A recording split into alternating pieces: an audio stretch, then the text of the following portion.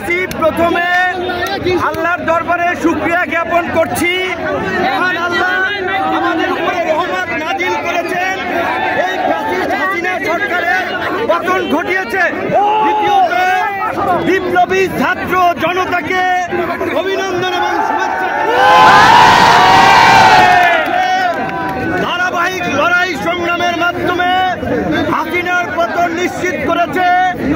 এই হাসিনার পতনের মধ্য দিয়ে আমাদের প্রাথমিক বিজয় অর্জন হয়েছে, কিন্তু এখনো আমাদের অনেক কাজ বাকি আছে। এই ফ্যাসিস্ট হাসিনার যারা দোষর ছিল রাজনীতি কিংবা প্রশাসনে, তাদেরকে চিহ্নিত করে বিচারের মুখোমুখি করতে হবে। এখন পর্যন্ত অন্তর্বর্তীকালীন সরকার হয় নাই, এইখানে যেন কোন সামরিক শাসন কিংবা কোন ভারত নিয়ন্ত্রিত সরকার প্রতিষ্ঠা না হয়। সেই জন্য রাজনৈতিক ঐক্যমতের ভিত্তিতে অনতিবিলম্বে অন্তর্বর্তী সরকার গঠন করতে হবে এবং ছাত্ররা ডক্টর মোহাম্মদ ইউনূসকে প্রধান করার যে প্রস্তাব দিয়েছে, আমার দল এবং আমরা সেই প্রস্তাব সমর্থন করছি। আমরা অনুরোধ জানাবো, আজকে সন্ধ্যার আগে মহামান্য রাষ্ট্রপতি ডক্টর ইউনূসের নেতৃত্বে অন্তর্বর্তীকালীন সরকার গঠন করে বিলুপ্ত কুকুরদের উপরে হামলার এদেশীয় এজেন্টদেরকে ব্যবহার করাটা চক্রান্ত করছে। আপনারা সংখ্যালঘুদেরকে নিরাপত্তা দিবেন। সংখ্যালঘু ভাই বোনদেরকে বলবো, এই বাংলাদেশ আপনার আমার আমাদের সকলের, এই দেশই আপনাদের নিরাপদ আশ্রয়স্থল। সবাই আপনারা মিলেমিশে থাকবেন, সকলে শান্ত থাকবেন, শান্তিপূর্ণভাবে আনন্দ উচ্ছ্বাসের বহিঃপ্রকাশ ঘটবেন। যারা গুরুতর অপরাধ করেছে তাদের ক্ষমা নাই। টিভি কার্যালয়ে আমাদেরকে গরু ছাগলের মতো ঝুলাইছে।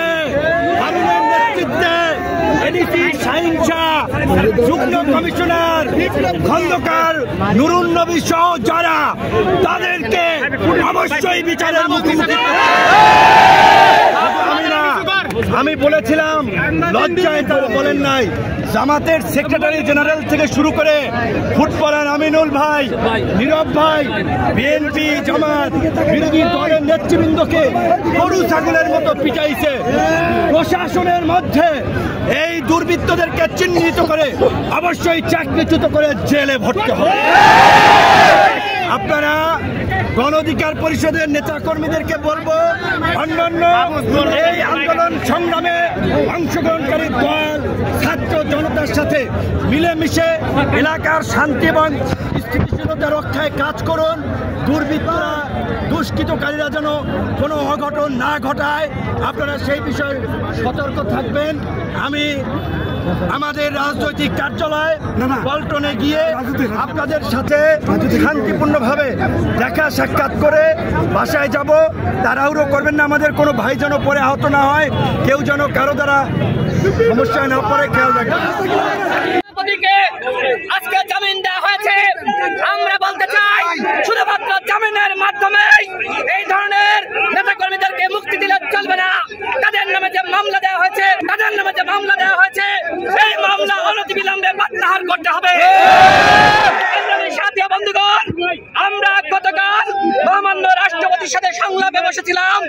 আমরা আহ্বান জানিয়েছি, অনতিবিলম্বে অন্তর্বর্তীকালীন সরকার দিতে হবে এবং এই অবৈধ সংসদকে বিলুপ্ত ঘোষণা করতে হবে। যদি এই সংসদ বিলুপ্ত না করে আরএমপি 1-11 বানানোর ষড়যন্ত্র করা হয়, ফখরুদ্দিন মঈনুদ্দিন বানানোর ষড়যন্ত্র করা হয়, বাংলাদেশের জনগণ সেটি মেনে নেবে না। আমরা এই মুহূর্তে আমাদের সভাপতিকে নিয়ে আমরা পল্টনে যাব। বাংলাদেশের জনগণ এবং দলীয় নেতা কর্মীদেরকে পল্টনে জড়ো হওয়ার আহ্বান জানাচ্ছি। ধন্যবাদ।